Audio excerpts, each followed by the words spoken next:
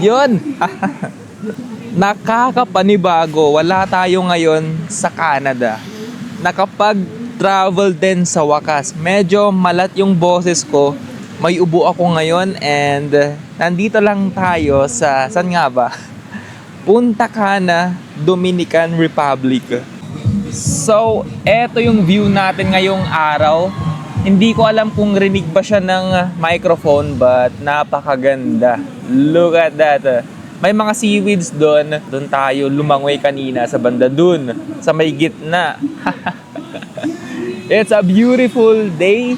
And ayun, may mga nagbabalibol doon. And gustuhin ko man siyang i-video pero parang napaka-weirdo ko. Respetuhin natin yung laro nila and kapag may camera, somewhat na nagiging ano siya eh.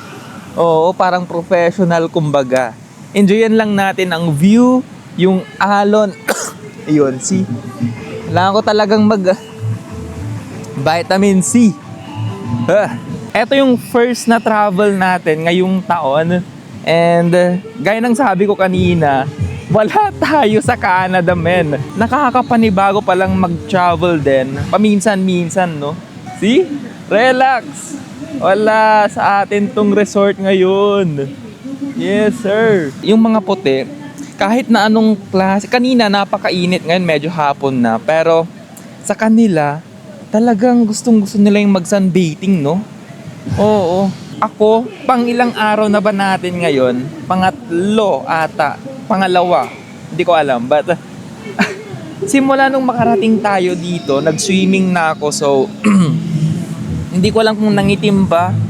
But, naglagay tayo nung, ano pangalan neto? Sunblock. Para hindi tayo, matutusta ako, men, no? May pool party sa likod, kaya medyo maingay, may mga sounds. Tignan natin kung, ano nga ba? Let's take a look. Yun, daming tao. Okay ba? Okay ba yung background? Napakagandang mag-travel. Obviously, lahat ng tao gustong makapag-unwind, gustong makapag-adventure, I guess, right? Pero yun nga eh, may presyo, mahal yung presyo. Nilibre lang ako sa ticket na to, so shout out. But hindi naman kailangang yun bang mag-out of the country para lang makapag-unwind, right? Kahit lang yan, sa simpleng out of town, out of barangay nga, okay lang eh. Basta may, yun bang mabago lang din yung pang-araw-araw nating pamumuhay. Hindi lang siya yung, minsan kasi nakakaano rin eh.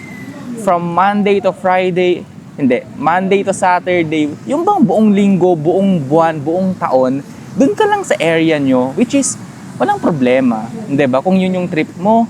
Pero minsan, maganda ring, i-explore, lalo na kung kaya naman, di ba? Hindi naman kailangang gumasto ng sobrang laki, sobrang dami, right? Basta yung makapag-unwind din tayo. Matreat natin yung sarili natin paminsan-minsan. Hindi lang siya puro trabaho, puro work. Anong pinagkaiba ng trabaho? Pasensya na, medyo lightheaded ako. Kasi nag-take ako kanina ng Tylenol ng gamot. Ayun, may bangka doon. But, napakaganda ng view. And, ayun, magaling silang mag-volleyball. Ako pang basketball lang tayo. 2K sa internet.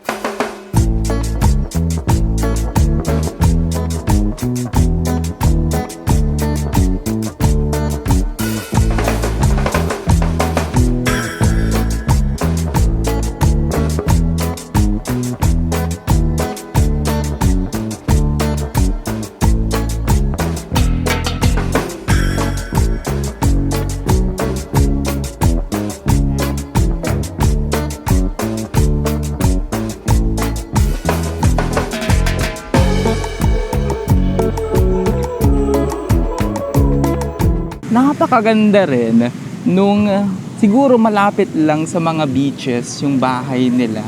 Kasi nakaka-relax siya eh. Oo, sa lugar natin sa Canada, somewhat na may mga lakes, may mga rivers na pwedeng puntahan. Kaso yung mga beaches na ganyan, wala eh. Oo.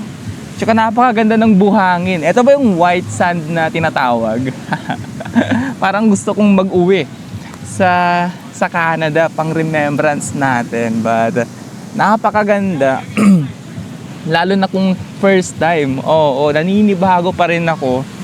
Kasi nga, well, ibang-iba siya compared sa mga lakes na nasa Canada. Oo, ibang-iba pa rin yung beaches. Parang okay mag-move dito ah. Wala silang winter. Walang taglamig, hindi mo po problemahin yung mag-shovel ng snowman. Oo, ganito lang oh. Yung weather nila all year round. See? Kita ba? Anyway, balik tayo. When it comes to life kasi, pwedeng kahit gustuhin man natin, 'di ba, na mag-travel, makapag-unwind, kung sakto lang din yung pera o kaya busy yung schedule, yun yung mahirap, no? Kahit gusto mo or kahit nga may budget ka, 'di ba? Kaso nga lang sobrang busy ka sa work, 2 araw lang yung magiging bakasyon mo. Parang gusto kong mag-move dito ah. Magkano ba yung cost of living dito sa Dominican Republic? Magiging ano nga ba yung trabaho natin if ever nag-move tayo dito? You know, yung mga nagtatanggal ng mga seaweeds. Yun. Ay nako, kahit umaga hanggang hapon, yan yung gagawin natin. Pero at least hindi na tayo hindi na natin mararanasan pa yung winter, yung taglamig, kailangang mag-jacket. Ganito lang tayo, presko, 'di ba? Oo, 24/7 naka-t-shirt lang tayo. Lalabas ka ng bahay, hindi ka na mag-winter boots, winter jacket, right? Maganda yung plano na 'to, 'di ba? Napakahangin pa, baka matangay tong wig natin, men. May kuya na nangingisda doon. Hindi ko alam kung may nabingwit na ba siya, parang wala eh. Oo, but it's a beautiful day. Ngayon, ang kagandahan din kasi sa mga travels, yun bang una sa lahat, yun nga, makakapag-relax ka, makakapag-unwind. Pangalawa, yun bang malayo ka talaga sa stress, literal, right? Let's say yung work mo is sa Manila. Ngayon, magbabakasyon ka 2 buwan sa 2 buwan, tagal naman nun. Sa Palawan, ganyan. Right? So literal na malayo ka talaga sa problema, sa stress. Oo, relax lang tayo, men. Napakaganda nung naging topic natin na about sa magandang trato sa sarili natin. Na hindi lang dapat puro work, puro school, puro stress. Magandang magkaroon din tayo ng layaway na tinatawag, right? Hindi naman kailangan bakasyon sa ibang bansa, bakasyon na ingrande, maglalabas ka ng sobrang laking pera. Minsan kahit nga lang din yung, ayun, kaya nang nabanggit natin kanina, out of town. Hindi, yung isa, out of barangay. Yun, hindi mo kailangang gumasto ng sobrang laking pera para lang makapag-relax, makapag-unwind yung sarili mo. Kahit nga lang sa yan, siguro yung malapit na resort sa inyo.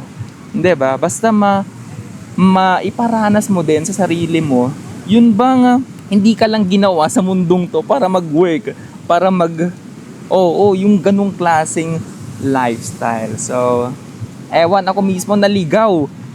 Ang ganda kasi ng scenery natin ngayong araw. So, anyway, hindi ko alam kung pick up ba nitong microphone eh. Oo. So, you know what? End na nga lang natin and hanggang sa ating next sa walang kwentang video. See you next time. Bye!